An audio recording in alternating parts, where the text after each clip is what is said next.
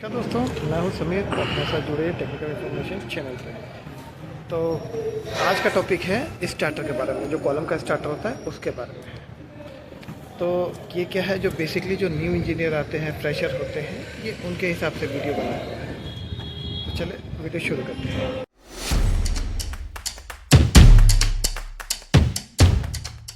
हम लोग column cast करने से पहले स्टार्टर को कास्ट करते हैं, ठीक है। इसके बारे में कुछ छोटी सी चीज़ें जान लेते हैं, जैसे कि कॉलम जो होता है 75 mm से 100 mm के बीच में होता है। हाँ, बेसिकली ये चीज़ होती क्या है और हम क्यों कॉलम से पहले इसको कास्ट करते हैं। तो मैं एक चीज़ बता दूँ आपको, कॉलम से पहले कास्ट इसलिए किया जाता है क्योंकि इससे जो अलाइनमेंट है ना, वो अलाइनमेंट हो सके प्रॉपर।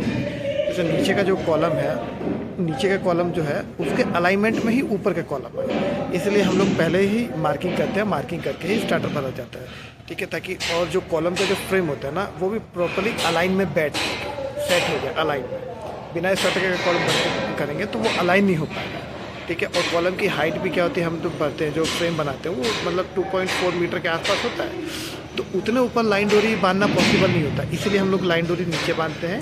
नीचे बांध के उसको स्टार्टर को पूरे चेक करके, राइट एंगल चेक करके फिर स्टार्टर को कास्ट करते हैं। बेसिकली छोटा सा पार्ट होता है स्टार्टर, पर ये बहुत बड़ी चीज़ होती है स्टार्टर, ठीक है।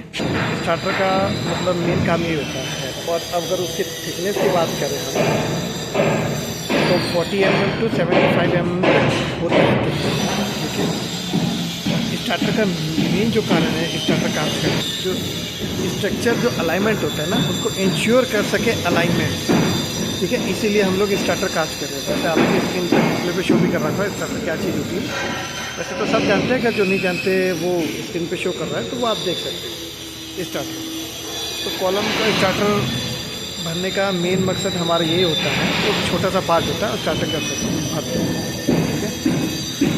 तो मेन क्या होता है, उसके बाद हम लोग कॉलम का जो होमवर्क होता है उसके बाद करते हैं। उससे पहले करना नहीं करते हैं, उससे पहले करने में बहुत सारी चीज़ें डिफ़िकल्ट हो जाती है, दिक्कत आती है, इसीलिए हम लोग वो छोटे पार्ट वाइज में निपटाते हैं। पार्ट वाइज में कहने का मतलब कि फर्स्ट जैसे स्टार्टर कर लेते हैं, नाम से स्टार्टर है, यानी कॉलम से पहले स्टार्टर भर लेते हैं। स्टार्टर करने के बाद फिर कॉलम होमवर्क होता है उसको, ठीक है।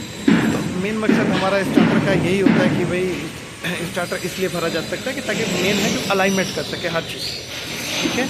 और जो लोड ट्रांसफ़र होता है वो एक्चुअली अलाइनमेंट में ही लोड ट्रांसफ़र होता है, ठीक है। अगर हम स्टार्टर नहीं मार्किंग करके स्टार्टर नहीं, तो हम लोग को नहीं पता ना कि जो स्लेब के नीचे जो कॉलम है हो सकता है थोड़ा सा टिल्ट हो गया हो, ठीक है। बिना मेज़र के नहीं पता लगे, इसलिए हम लोग मेज़र करते हैं।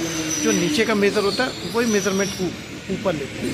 तो जो मेज़र करते हैं, मेज़र करने का मतलब यही होता है कि मेज़र कर लिया, मेज़र करके फिर जो नीचे है वो मेज़र कर रहा है। तो मेज़र करने का मतलब यही रहेगा कि पूरा का पूरा जो नीचे का एक्चुअली है वैसा एक्चुअली वो ऊपर आ जाएगा, ठीक है। वो एक्चुअल का पार्ट इसीलिए ऊपर आ जाता है। उसके बाद हम लोग जो मेज़रमेंट करना होता है, मेज़रमेंट करने के बाद स्टार्टर को कास्ट किया जाता है।